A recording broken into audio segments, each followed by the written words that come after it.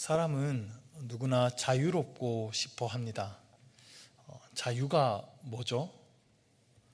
내 마음대로 할 수 있는 게 자유인가요?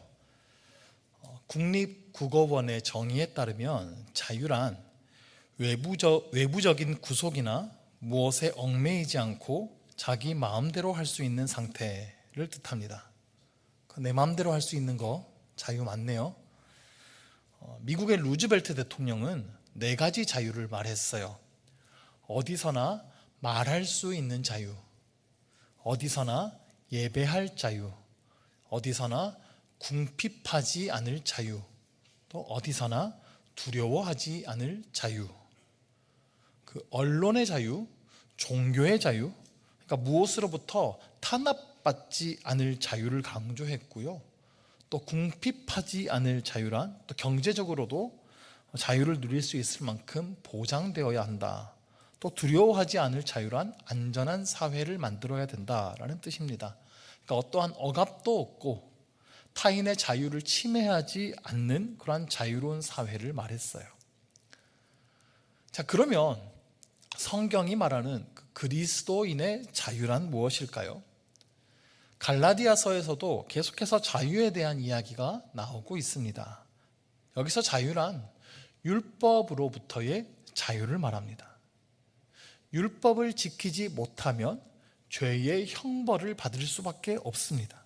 그 율법의 억압, 죄의 속박 아래에 살아가게 됩니다. 그런데 예수 그리스도께서 우리를 죄의 속박에서 해방하셨습니다. 우리가 받아야 될 죄의 형벌을 대신 받으셨기 때문입니다. 오늘 본문 13절을 보시면 형제들아 너희가 자유를 위하여 부르심을 입었으나 우리는 자유를 위하여 부르심을 입었습니다. 이것은 우리가 어떤 노력을 해서 쟁취한 게 아니에요. 우리는 죄에서 벗어날 능력도 없었고 그리고 사실 죄에서 벗어나려고 하지도 않았어요. 그런데 예수님께서 십자가에서 다 이루셨습니다. 그리고 우리를 부르신 것입니다. 은혜입니다. 그렇게 우리는 죄에서 자유함을 얻은 것입니다. 그런데 우리가 얻은 이 자유는 이제 내 마음대로 해도 된다라고 하는 그 자유가 아닙니다. 아까 그 13절을 이어서 보시면 그러나 그 자유로 육체의 기회를 삼지 말고 오직 사랑으로 서로 종노릇하라. 육체의 기회라는 말이 나오는데요, 여기서 육체란 우리의 이 몸을 말하는 게 아니에요. 타락한 인간의 본성, 하나님을 떠난 그 죄악의 상태를 말합니다. 그러므로 육체의 기회를 삼지 말라는 것은 죄악의 기회로 삼지 말아라. 예수님께서 내 모든 죄를 다 용서해 주셨다고, 이제 그냥 우리는 믿음으로만 구원받는다고 해서 그럼 이제 내 마음대로 죄 짓고 살아도 되겠네, 그렇게 생각하지 말라는 것입니다. 오직 사랑으로 서로 종노릇하라고 그랬습니다. 역설이죠. 우리가 자유하게 되었는데 서로 종노릇을 하라고 말씀하십니다. 그리고 그 중심에는 사랑이 있어요. 좀 올라가서 6절에 보시면 사랑으로서 역사하는 믿음이라고 하는 표현이 나와요. 참 좋은 표현 같습니다. 믿음이에요. 그런데 마음속으로만 믿는 믿음이 아닙니다. 입으로만 아멘 하는 믿음이 아닙니다. 역사하는 믿음, 일하는 믿음이에요. 그런데 사랑으로 일하는 믿음이에요. 우리가 무엇을 믿죠? 예수 그리스도의 십자가, 그것이 나의 모든 죄를 용서하셨다는 것을 믿습니다. 이것은 우리에게 베풀어 주신 놀라운 사랑입니다. 높으신 하나님께서 친히 이 땅에 내려오셔서 나의 종이 되어 섬겨주신 이 사랑이에요. 우리가 그 사랑을 믿는다면 우리도 사랑하지 않을 수 없는 겁니다. 그 사랑으로 일하는 믿음, 다른 사람의 종이 되어서 섬기는 믿음을 갖게 된다는 것입니다.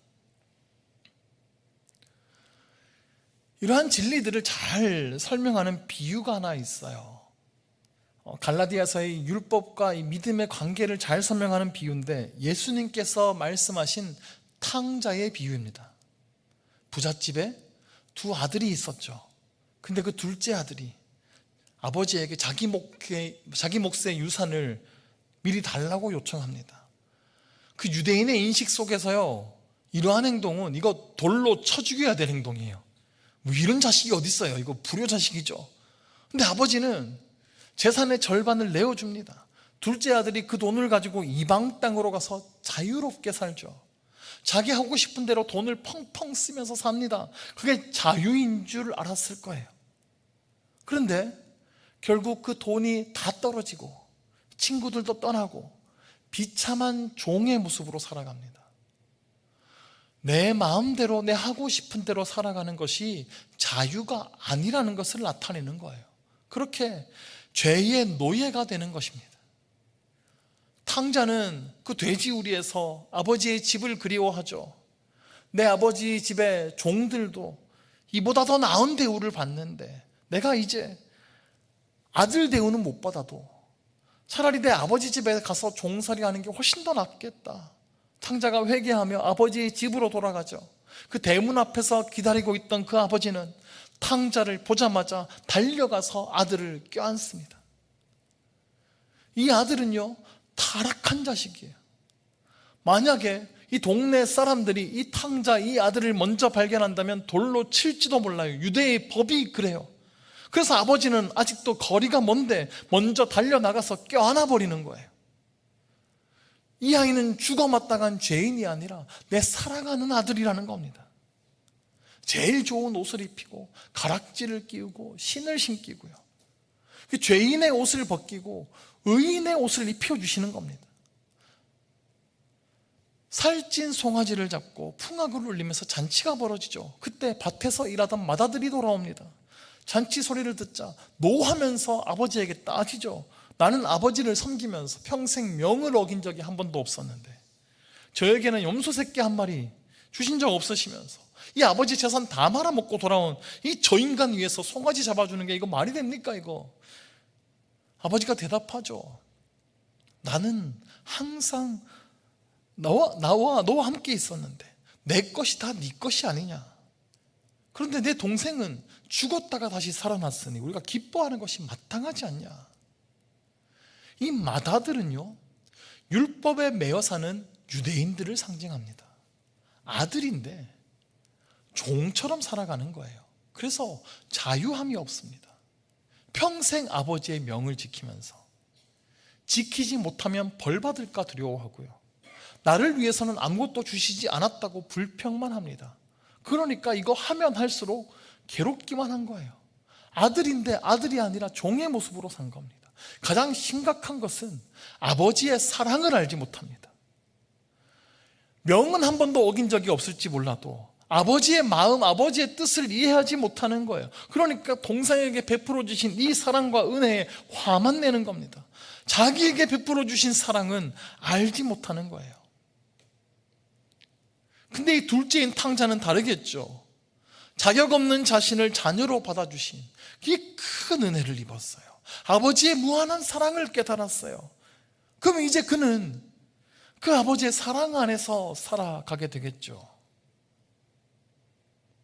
오늘 본문 14절과 15절을 봅시다. 온 율법은 내 이웃 사랑하기를 내 자신같이 하라 하심 한 말씀에서 이루어졌나니 만일 서로 물고 먹으면 피차 멸망할까 조심하라. 내 이웃을 내 자신과 같이 사랑하라고 하신 이 한 말씀, 이 말씀을 이루신 분이 계세요. 우리 예수님이시죠.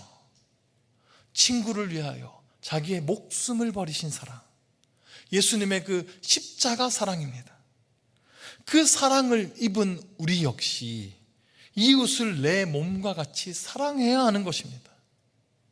그 율법의 모든 계명들 중에서 타인에 대한, 다른 사람에 대한 계명들은 사실 이 한 구절로 다 요약이 되는 거예요. 그러니까 율법에 적힌 그 글자 그대로 행동하는 게 중요한 게 아니라 이웃을 내 몸과 같이 사랑하는 그 마음이 정말 중요한 것입니다. 근데 그 갈라디아 교회 안에서는 이 서로를 물고 뜯는 일이 있었던 거예요. 특히 율법주의자로부터 이 분열이 시작됐어요. 이 비유 속의 마다들처럼 복음을 믿고 값없이 돌아온 그 둘째 아들 이방인들을 받아들이지 않는 거예요. 너희들도 율법 지켜야 된다는 거죠. 그러니까 지키지 않으니까 진노하면서 미워합니다. 사랑 없이 율법만 지키는 그러한 삶을 계속하면 서로를 그 율법으로 판단만 계속합니다.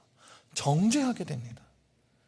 율법으로 다른 사람들을 사랑하는 게 아니라 판단하고 정죄하는 거예요. 결국 율법의 모양은 지키는 듯 같으나 내 이웃을 내 몸과 같이 사랑하라고 하는 가장 중요한 핵심적인 이 명령을 어기게 되는 것이죠.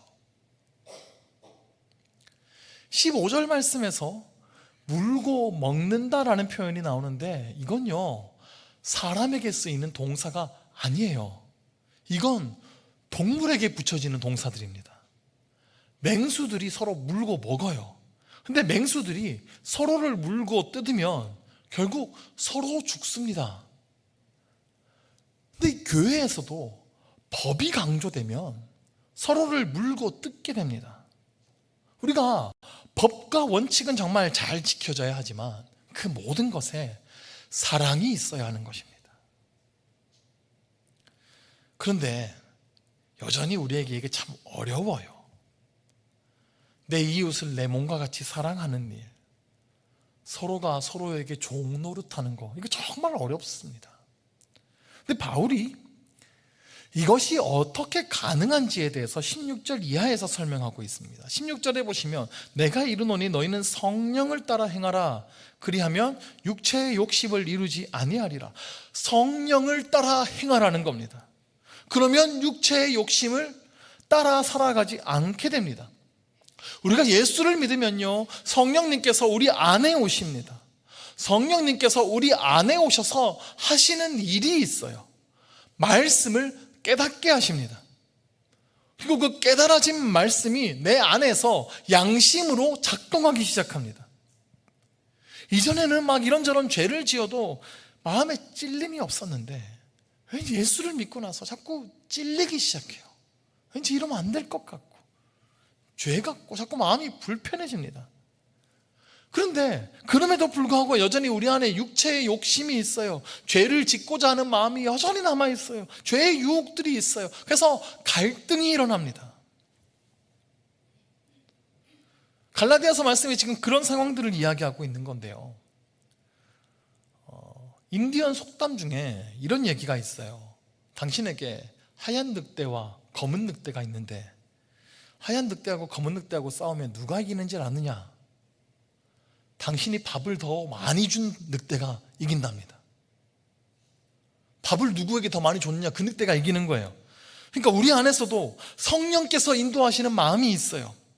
그리고 육체의 욕심도 있어요. 이 싸움에서 어느 쪽이 이기느냐의 문제는 여러분에게 달려있는 겁니다. 여러분이 더 많이 따르고 여러분이 더 많이 묵상하고 여러분이 더 많이 생각하고 밥을 주는 그쪽이 이기는 거예요. 그러므로 우리가 성령을 따라 행한다면 육체의 욕심을 이루지 아니하리라 말씀하셨어요. 죄는 우리가 짓지 않으려고 애쓴다고 짓지 않게 되는 게 아닙니다. 성령님을 쫓아가기 위해 힘써야 하는 것입니다.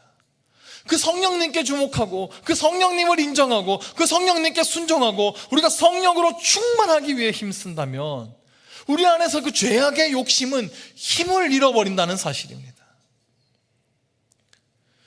우리의 육체의 욕심은, 죄악의 유혹은 완전히 사라지지 않습니다. 우리가 육체를 입고 살아가는 동안 끊임없이 계속될 거예요.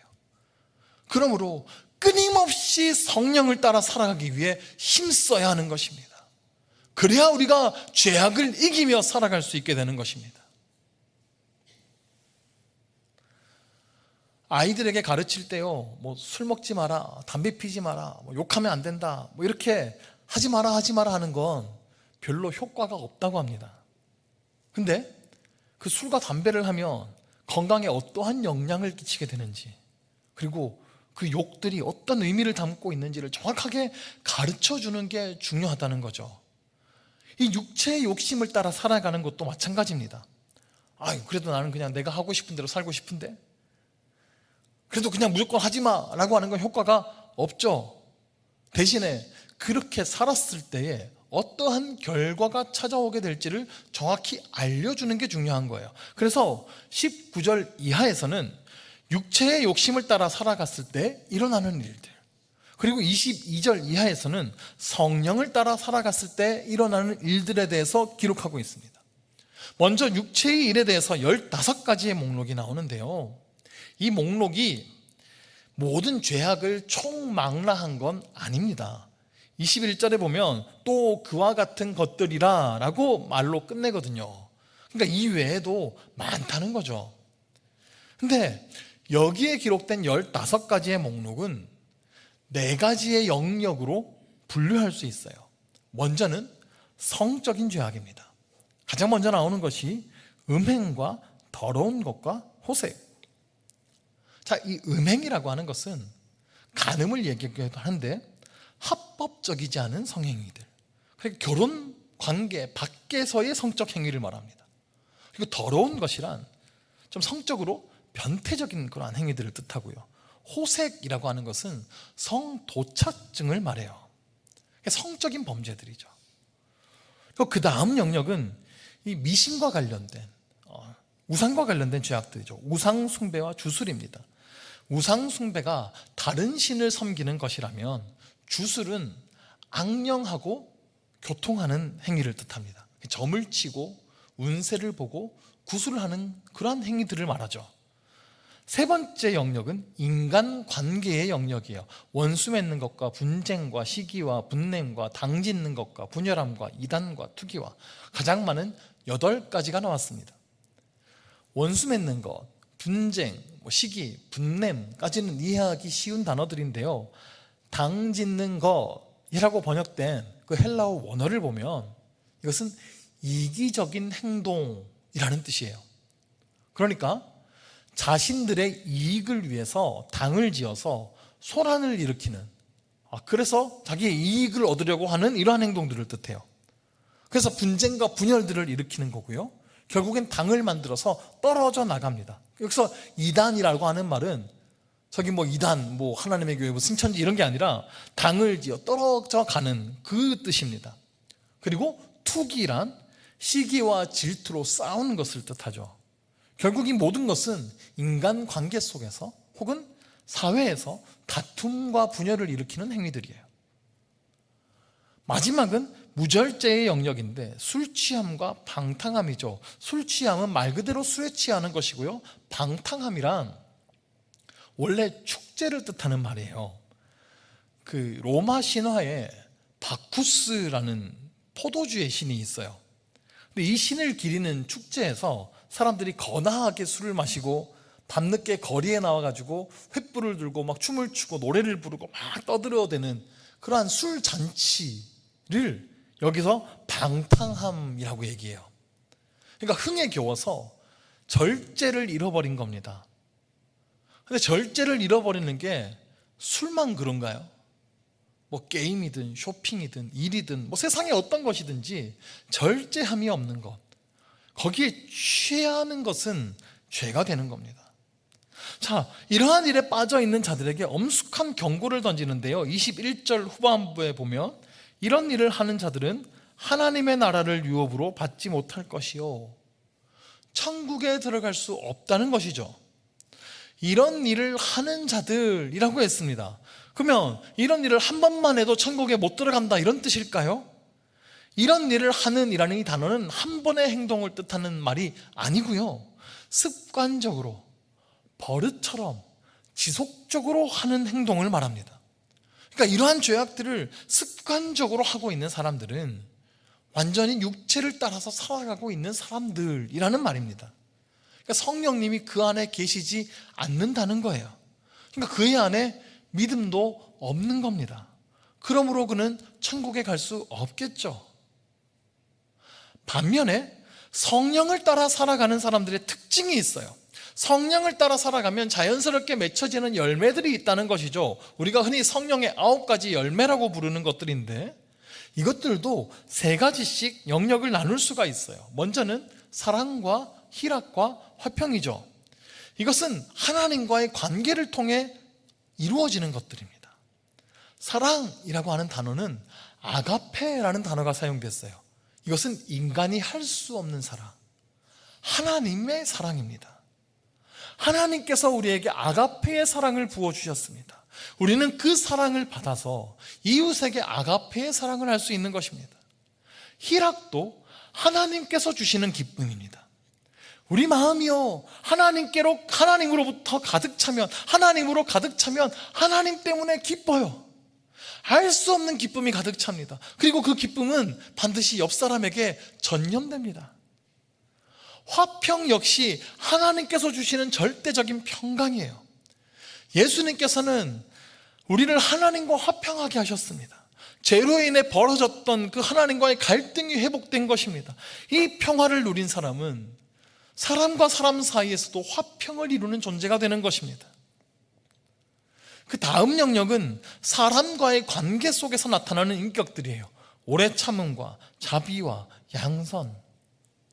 오래 참음이란 단순히 인내심이 좋다 이걸 말하는 게 아닙니다. 정확히는 나를 핍박하는 사람들에 대해서 인내심을 발휘하는 거예요. 다른 사람의 잘못에 대해서 끝까지 참고 기다려주는 것을 말합니다. 사실요, 예수님이 우리를 끝까지 참고 기다려주셨습니다. 저는요, 예수님께서 저를 끝까지 참고 기다려주신 것에 얼마나 감사한지 모릅니다. 예수님이 조금만 성격이 안 좋았어도 저는 이미 벌받아 죽었을 거예요. 이미 끝났어요. 근데 예수님이 그렇게 저를 이때까지 참고 기다려주신 덕분에 제가 살아있는 거죠. 그럼 저도 그래야죠. 우리 모두가 사실 그 은혜를 받지 않았습니까? 아무리 참기 힘든 상황이 와도 예수님이 나를 참고 기다려주신 것을 기억하시기를 바랍니다. 예수님이 나 같은 인간도 기다려주시고 용서하셨는데, 자비는요, 가장 좋은 것을 베풀어 준다는 뜻입니다. 이웃에게 가장 좋은 것을 베풀어 주는 거죠. 그리고 양선은 따뜻한 행동과 말을 뜻해요. 어려움을 당한 사람한테 따뜻한 말로 격려를 한다든지, 또 말없이 안아주고 위로해 주는 것들이죠. 마지막 세 가지는 자신의 내면에서 이루어지는 일들인데요, 충성과 온유와 절제입니다. 충성이란 어떤 사람에게 내가 충성을 다한다 이런 뜻이 아니라 이 사람은 참 믿을 만하다, 신뢰할 만한 인격이다 라는 뜻이에요. 그는 참 진실해서 무슨 말을 하든지 참 믿을 수가 있다, 그는 자신이 말한 것을 다 지키는 사람이다 라고 평가받는 것, 그런 인격이 충성이에요. 온유는 겸손하고 온화한 인격을 말하는데요, 온어의 의미로 가면 통제된 인격과 행동을 말합니다. 이게 어떨 때 쓰이냐면, 야생마가 있어요. 길길이 날뛰니다. 통제가 안 돼요. 근데 능숙한 조련사가 왔어요. 채찍과 당근을 써가면서 그 말을 조련합니다. 그래서 그 말이 유순해졌어요. 사람의 통제에 따라서 달리기도 하고 서기도 합니다. 그때 온유하다라고 말해요. 그러므로 이 온유란 단어는 내 이 더러운 성격을 통제할 수 있는 상태, 그게 온유예요. 그게 원래 성격이 좋아서 온유한 게 아니라 내 성격대로 살지 않고 나의 성격을 잘 다스릴 수 있는 상태가 온유입니다. 구약에서 제일 온유한 사람이 누구죠? 모세잖아요. 모세가 원래 한 성격했죠. 근데 광야에서 40년 동안 다듬어진 겁니다. 우리는 다듬어져야 됩니다. 마지막으로 절제는 자신을 잘 다스린다는 뜻이죠. 근데 이것은 무언가 목표를 이루기 위해서 방해되는 것들을 하지 않는 그 힘입니다. 그러니까 운동선수가 금메달을 따기 위해서 음식을 조절하고 잠을 조절하고 하는 것들이죠. 이것이 이제 절제예요. 자, 이것이 성령의 9가지 열매인데 22절을 보시면 성령의 열매라고 할 때요, 그 열매가요 단수로 쓰였어요. 이게 무슨 말이냐면 9가지잖아요. 그러면 복수로 쓰여야 돼요. 성령의 열매들이라고 정확하게 해야 맞아요. 근데 단수로 성령의 열매라고 했습니다. 그러면 무슨 의미냐면 성령의 이 한 가지 열매 속에 9가지 특성이 있다는 얘기입니다. 근데 이 9가지 특성을 보세요. 사랑과 희락과 화평과 오래 참음과 자비와 양선과 충성과 온유와 절제, 전부 살펴봤듯이 우리의 인격과 성품에 관한 내용들이죠. 그러면 이것이 한 사람의 인격과 성품이라고 할 때 이게 누구의 성품일까요? 예수님의 성품인 거예요. 예수님이 이 성품들을 다 가지셨어요. 결국 성령의 9가지 열매는 한 분 그 예수님의 성품을 설명하는 거예요. 그럼 결국엔 성령께서 우리 마음을 다스리기 시작한다면 예수님의 성품을 담게 된다는 겁니다. 그 예수님의 성품을 닮아가는 그 열매를 맺게 되는데 그 예수님의 성품에 9가지 특성이 있다는 뜻이죠. 결국 성령의 열매를 맺는다는 건 나는 뭐는 맺고 뭐는 안 맺고가 아니라 예수님 한 분의 성품을 내가 닮아가기 시작한다는 뜻입니다. 23절에 보면 마지막에 이 같은 것을 금지할 법이 없느니라 말씀하셨습니다. 우리가 성령을 따라 살아간다면 이것은 자연스럽게 맺혀지는 결과라는 겁니다. 우리가 예수님을 믿고 예수님을 따라 살아가기 시작한다면, 다른 말로 신앙생활을 해나가면 자연스럽게 우리의 성품에서, 우리의 인격에서 이러한 열매들이 맺혀져야 한다는 겁니다. 이런 열매들이 맺혀지지 않고 앞에서 봤던 육체의 열매들만 가득하다면 뭔가 잘못된 거죠, 우리의 신앙생활이. 우리는요, 우리 안에 계시는 성령님의 인도하심을 따라 살아가야 합니다. 내 마음과 내 인격과 나의 행동을 성령께서 지배하시도록 끊임없이 내어드려야 되는 겁니다. 그게 성령의 충만인 것입니다. 마지막으로 또 한 가지 우리가 해야 될 일이 있어요. 그게 24절입니다. 다 같이 한번 읽어보시면요, 그리스도 예수의 사람들은 육체와 함께 그 정욕과 탐심을 십자가에 못 박았느니라. 우리 안에 있는 죄악의 욕심을 십자가에 못 박아야 하는 것입니다. 우리는요, 모두 예수님을 믿기로 결정했을 때에 우리의 죄악을 회개했습니다. 우리의 죄를 예수님과 함께 그 십자가에 못 박은 것입니다. 나의 죄악의 욕심들, 그 정욕과 탐심들을 십자가에 못 박았어요. 여러분, 죄인을요, 십자가에 한번 못 박으면 그가 죽을 때까지 내려주지 않습니다. 그러니까 예수님과 함께 못 박은 우리의 죄악을요, 그게 완전히 죽기 전에 다시 끌어내려서는 안 되는 겁니다. 그러니까 우리는 죄악에 대해서 그만큼 단호해야 되는 거예요. 그 죄악이 죽어 없어질 때까지 타협 없이 계속 거부해야 되는 겁니다. 근데 자꾸 죄악에 대해서 관대해서 그 죄를 자꾸 끄집어 내려놓는 거죠. 여러분의 안에 성령께서 계신다는 사실을 기억하시기를 바랍니다. 그 성령님께 집중하십시오. 그 성령님의 인도하심에 귀를 기울이시기를 바랍니다. 그리고 성령께서 우리의 양심에 찔리게 하는 것들을 끊임없이 회개하십시오. 깨닫게 하시는 말씀에 순종하시기를 바랍니다. 그것이 성령의 인도하심을 따라서 살아가는 것입니다. 우리가 그렇게 살아간다면 우리 안에 예수님의 인격이 나타나기 시작할 것입니다. 세상은 우리를 통하여서 예수님을 보게 될 것입니다. 그리고 우리가 그 성령의 열매들을 맺어갈 때에 예수님 다시 오실 그날에 그 풍성한 열매들이 영광스럽게 빛나게 될 것을 믿습니다. 우리 함께 말씀을 기억하시면서 통성으로 기도하실 때에 우리 안에 어떠한 열매들이 맺혀지고 있는지, 우리의 인격 안에 어떠한 열매들이 맺혀지고 있는지 돌아보기를 원합니다. 우리 안에 그 성령의 열매들, 예수님의 인격을 닮아가기를 원합니다.